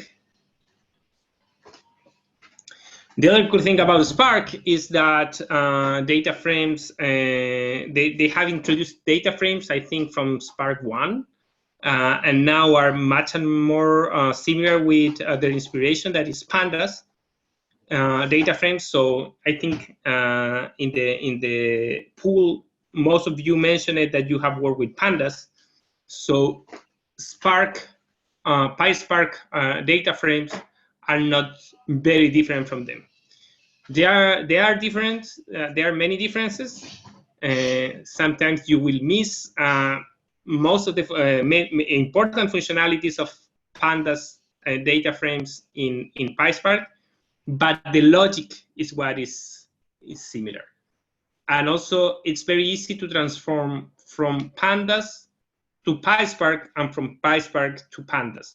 So when I was mentioning this pipeline of taking data and then reducing, what I usually do is I take, for example, 200 million row data frame. I do my basic processing there. I reduce to something that is more manageable, let's say 5 million rows, and then there's a simple command that says to Pandas, and then you can do the rest of the work in Pandas. And the other thing that Pandas data frame really saves you a lot of time is that makes very easy to read data from other sources. So if your data is already in HDFS, you can read from Hive. So you will run an SQL query and transform this data frame. So this is similar with the read SQL that Pandas has. You can read CSV files directly. You can read JSON files. This is good, but has some problems. So sometimes doesn't work because the parsing is not very effective, but it's possible. And then you have a lot of different data inputs that can be interpreted by data frames.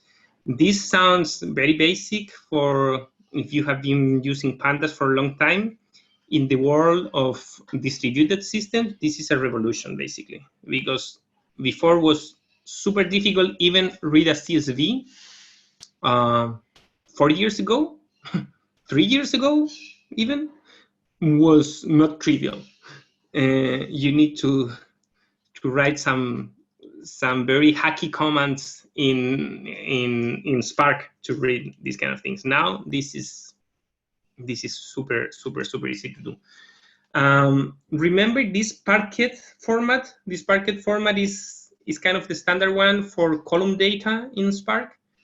And I won't discuss this because this is not a database course, but basically in databases you have column data or you have row-based data. If you're working with columns, so if you will do your operations in the columns of your data frame, you want to use Parquet. If you want to work with rows, there's another format that is called Avro that we will discuss in the next sessions. That is very useful. So basically, all of this for reading, for writing, for save your data, I highly recommend use Parquet or Avro. So let's see why people love Spark compared with the former things that exist. So this is the peak. This is the thing that I was mentioning before, that I think now is kind of deprecated, but people are still using for something. This I took from a real example in a company that I was working. So this let's analyze with what this script is doing. The first thing that this script is doing is trying to read this log file. So what I will do here is just reading a simple log file and try to transform this in columns and do some processing and do some counting. So if you see here, the first thing that we do is to log the file, then we need to give the separator, and then we need to give the schema. Then imagine that I want to get all the data that is from one date. I need to write this scripting command. And then it becomes like, I don't know if any of you have worked in PHP, but looks a bit like PHP, no? So you need to do this for each, and this is basically to iterate across rows, and then you have your grouping, and then another iteration with group. So basically here what I'm counting is how many times the item ID appears on my data set. And I need to do 1, 2, 3, 4, 5 steps just for that. If you want to join, you need to do something very similar here. So just remember this, no? This is all the steps that you need to do with traditional peak. If you do with the old RDDs, so I mentioned that RDDs are there. Nowadays, we are not using RDDs too much. We are using data frames, but RDDs are still there. Data frames is like an API that is on top of RDDs. So on RDDs, the things are becoming a bit simpler, but you still, for reading the log file, so first you start your Spark context, and for reading the log file, you again need to give the separator, but things are a bit more easier. Although that you need to use this notation of mapping and this functional programming writing. So again, you can do some filtering. So this lambda function is very important. If you use pandas, you might be familiarized with this lambda notation. You can do it like this, and then you don't need anymore to use this for each. You have some grouping functions, and you have this mapping function. So things become to be much more easier. With data frames, this is much more easier. So basically, here I'm initiating the data frame, and I just have a read CSV file. This really saves a lot of time when you don't need to give the schema. So Spark is reading the schema by itself. And then you can do, for example, what I was mentioning before. You can do SQL queries on your data. So counting and grouping and all this stuff that's supposed to be very easy, you just write in SQL. And then you can save this as another SQL table. So it's pretty easy. I was jumping here. The second part of this, it's about joining, but it's basically the same. I don't want to do this too theoretical, so we will go to an example now. Okay, we'll go now to the applied part, but I don't know if you have questions or comments about the previous part. Looks like ugly SQL, yeah. True. I don't know. If you don't have comments, we can go to the applied part, but I will pause for questions.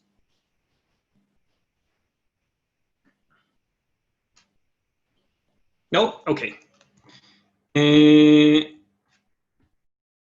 Very quickly about the data that we'll be using in the course. I'm giving here you some pointers that you can use later, and I will specifically talk about the Airbnb data.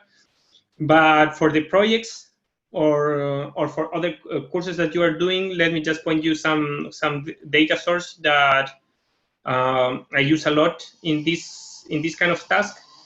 One is the Twitter API. If you haven't worked with the Twitter API, in Twitter you can consume streams of data and search data, and in a computer readable format very easily.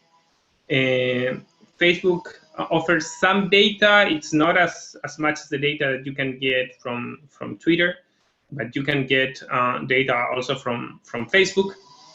In this session, we will be working with Airbnb data.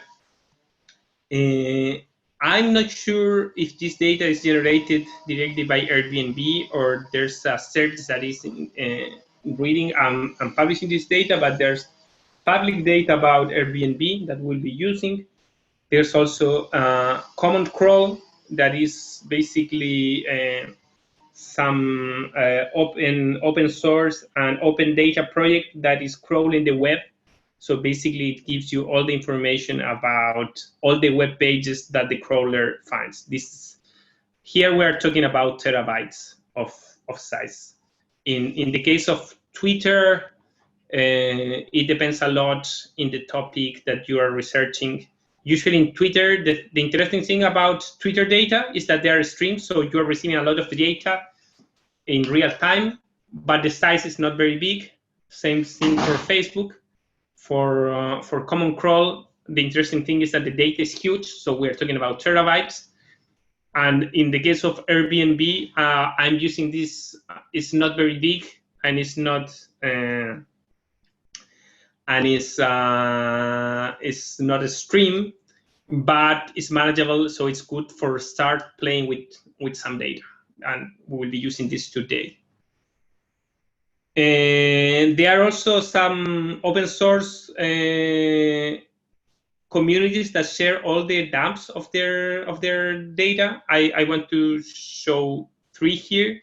So from Stack Overflow is publishing their dumps of their site. So a dump is a copy of all the data that they have, or of a part of the data that they have. So in Kaggle, you can find these Stack Overflow data sets that are pretty complete.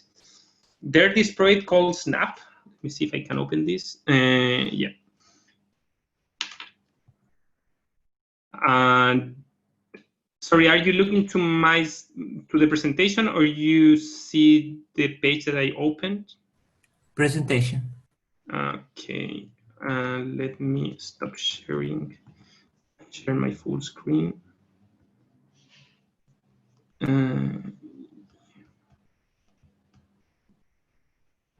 Yeah. Here. So this is a super cool repository from the Stanford University, specifically from the lab by Yuri Leskovec. That is an important researcher that creates a lot of algorithms for graphs. I think now he's working in Pinterest and in the Stanford University. So this is a huge repository of data sets. So it says originally started for networks, like for graphs, but here you can find many other things like online reviews, Amazon networks. So there was some movie revision networks. So here you can get a lot of data. The data set of Stack Overflow I think they are constantly publishing. This is in Kaggle, but you can find other dumps of Stack Overflow. And in the next session, I will show you more about the Wikipedia, Wikimedia data, but basically it's this site where you can get full dumps of all the Wikipedia. So, for example, the Ukrainian Wikipedia nowadays is here. You have the last snapshot of the Ukrainian Wikipedia. Full Ukrainian Wikipedia, I think, is like 5 gigabytes or something like that. I think no, it's 1.5. It's small, but if you go to the English Wikipedia, you will see that this is like 25 gigabytes compressed. If you uncompress, this multiplies a lot.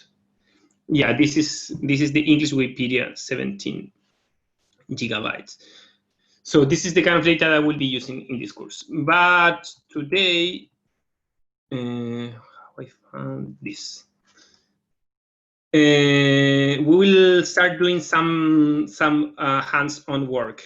So the idea is that you install PySpark in your computer. I found that the easiest way to do it is with Docker. So I will give you this link. So all of you have experience working with Docker? Are you using this in other courses? Yes. Okay. So if you can clone this Jupyter PySpark notebook, and let me share with you the instructions to install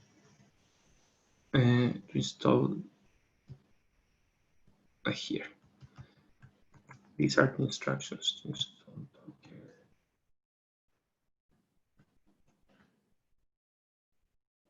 There you have.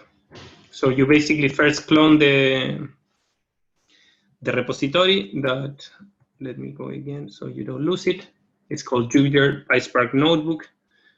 And then following that, the instructions on the Medium post, you would be able to install. If you want to use other installations of PySpark, you can install with Conda. You can install just using the regular Python packages. First, you will need to download Spark. So my recommendation, the easiest thing is to use Docker, and if you all use Docker, it will be easy to share, also to solve problems because you will be using the same installation. There was one question about using Google Colab. If PySpark is working in Google Colab, please also feel free to use it. I never used it there. I was not aware that there was a PySpark installation there, but if PySpark context can be loaded in Google Colab, that's also fine with me. This is your decision. And today, the idea it could be to do this project. So maybe let me explain this, and then you can start installing, and we can use the chat or the call to make questions. So the idea today is that we spend the rest of the class doing basically this is a hello world in PySpark, so that you start feel comfortable using Spark. So what we want to do, we will go to this link inside of Airbnb. Let me show how this looks like. And let's all get the data from the same city. So for example, let's get the data from Amsterdam. That is the first one that you have here. And you can download the reviews. So these two things, reviews and listing summary. So this and this, if I'm not wrong. And then we want to do some basic stuff. This, it will be very similar for you of using pandas, but you will start seeing the differences. So the thing that you will need to do is download, let's say Amsterdam, get the reviews and listing summary, read it with PySpark, creating a Spark data frame. So don't use Pandas, don't read it with Pandas, read it with Spark to make this make sense. And then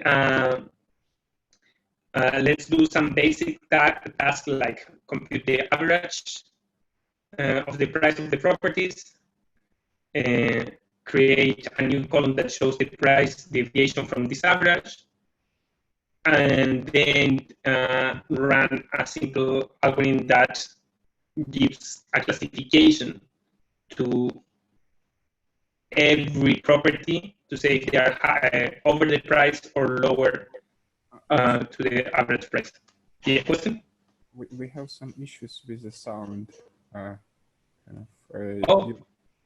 Your voice is sounds noisy. Breaking.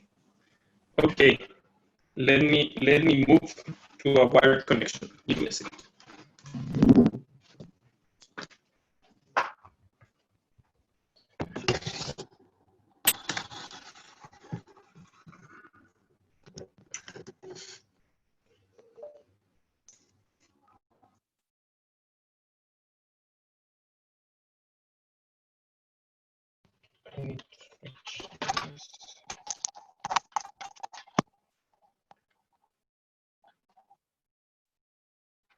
Sounds better now?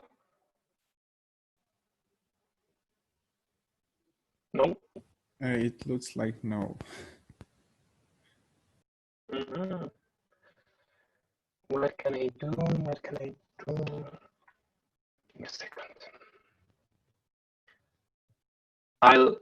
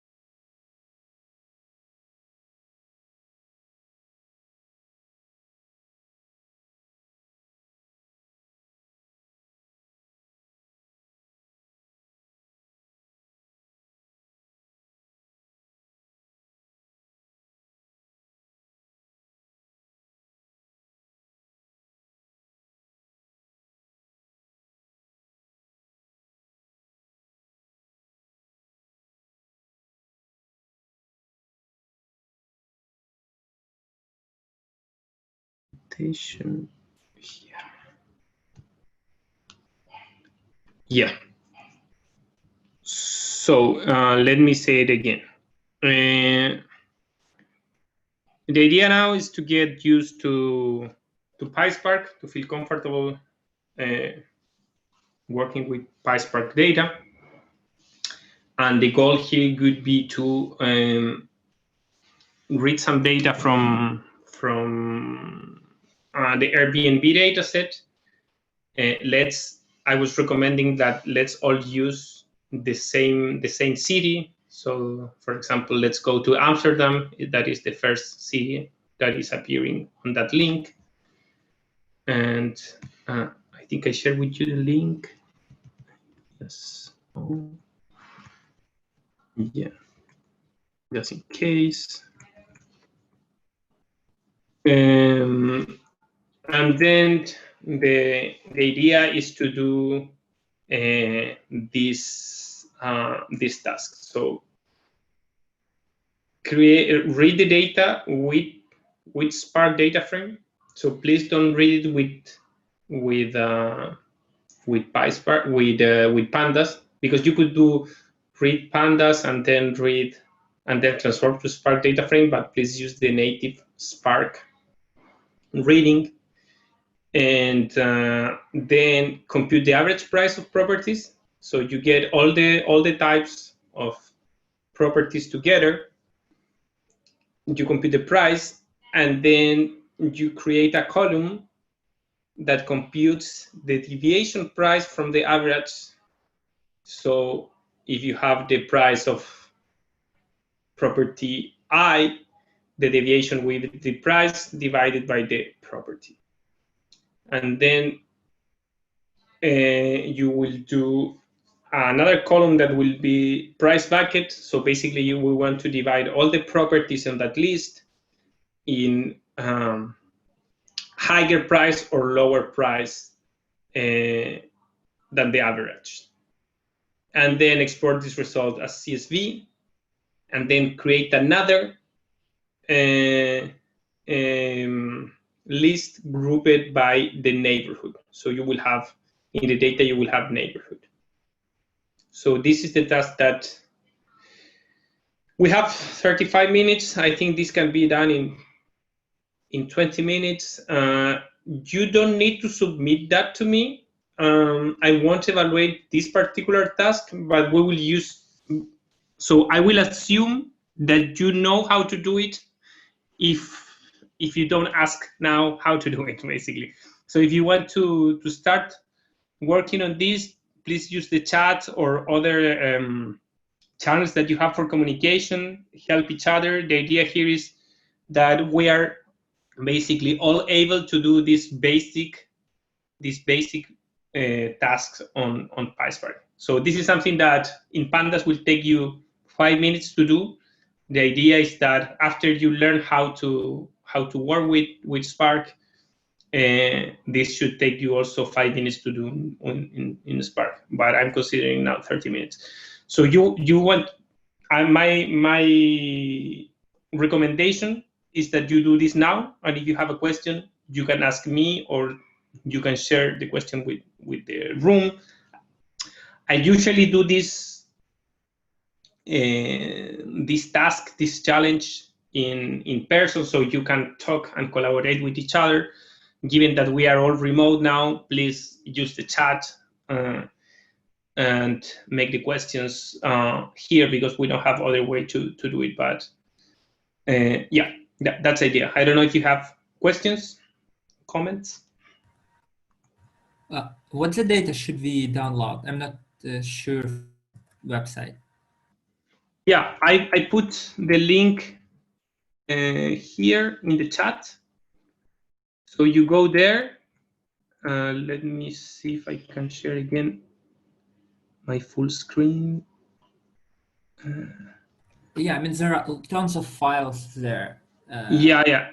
If you see in the instructions here, you need to download the reviews and listing summary. So if you go here, that means... So you just plainly download file and read it by Spark? Yeah, exactly. Oh, sure. Okay, thank you. You're welcome. So it's basically, if I'm not wrong, it's... Say it again? We should take Amsterdam. Yeah, let's do it with Amsterdam. So we all have the same. Review CSV or listing CSV? Reviews and CSV. Okay. This one, I think, I don't remember the difference between this review and this review, to be honest, but I can see.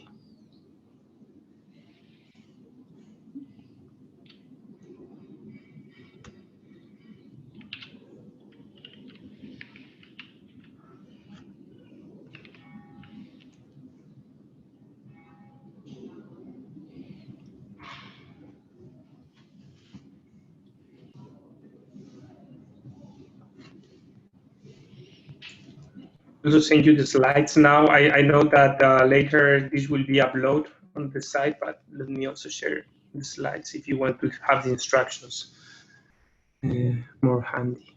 We can just make a screenshot. Oh, a screenshot.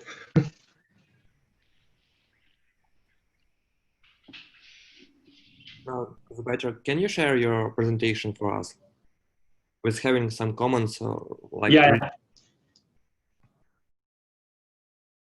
Let me do it.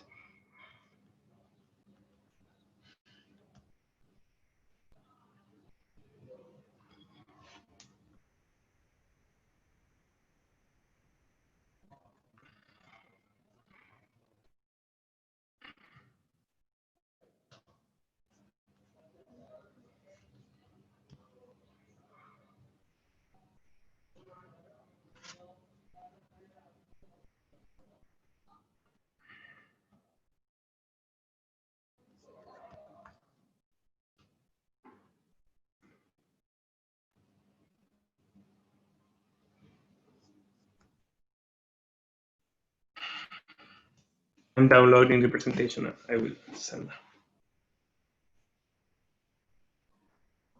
Oh, I can give you the link.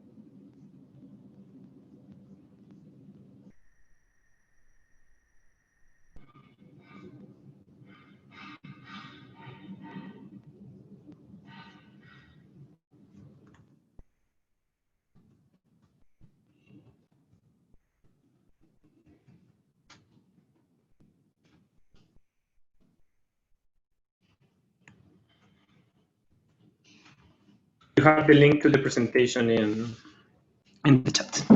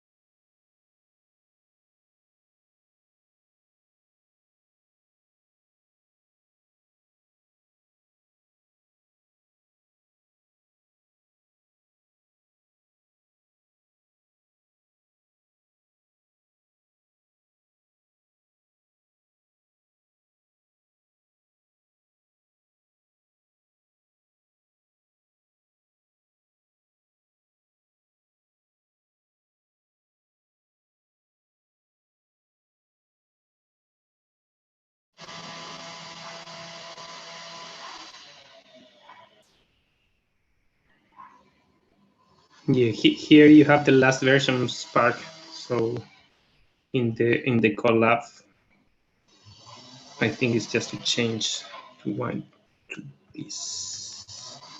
There you have, and you need to change here to all use Spark 3. You need to change that. For this basic task, it doesn't make too much difference. So if you want to work with the Spark, I think the original here was 2.4. It's okay, but for feature work, please work with the last version of Spark.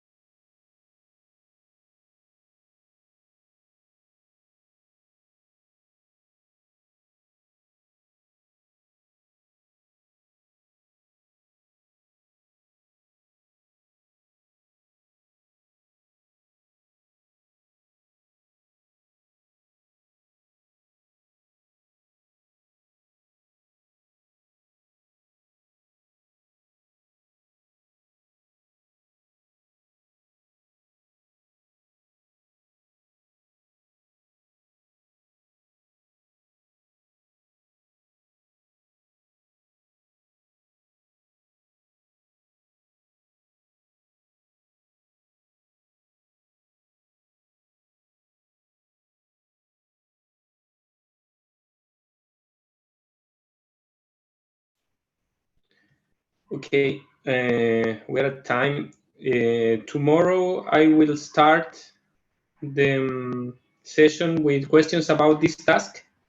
So if you find any problem doing this, please tell me. Also, you are more than welcome to share among you your code so you can compare.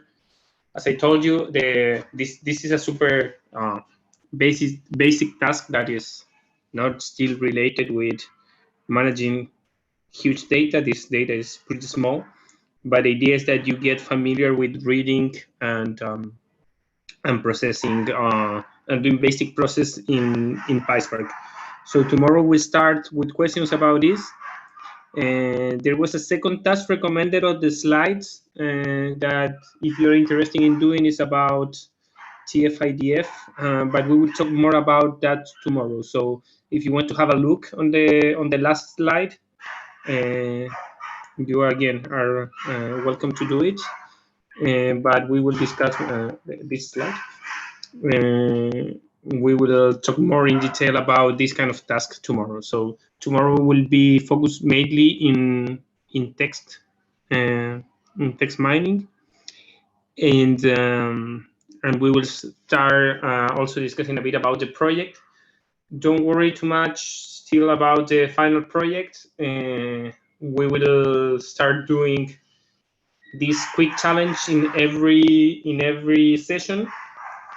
So if you are able to run the code for each of these challenges, then the final project would be related with this. But I still want to understand a bit more in terms of your previous knowledge about these things and how fast we're going. So yeah. So tomorrow we discuss more about these tasks and also about the final project. If you have any question, please send me an email. Today, I will try to answer some emails in the evening, but for questions directly related with this last task, let's talk tomorrow. Let's open the session tomorrow, talking about your challenge. If you had any problem with this, you can tell me. So yeah, that's all for today, and see you tomorrow. Thanks a lot. Thank you.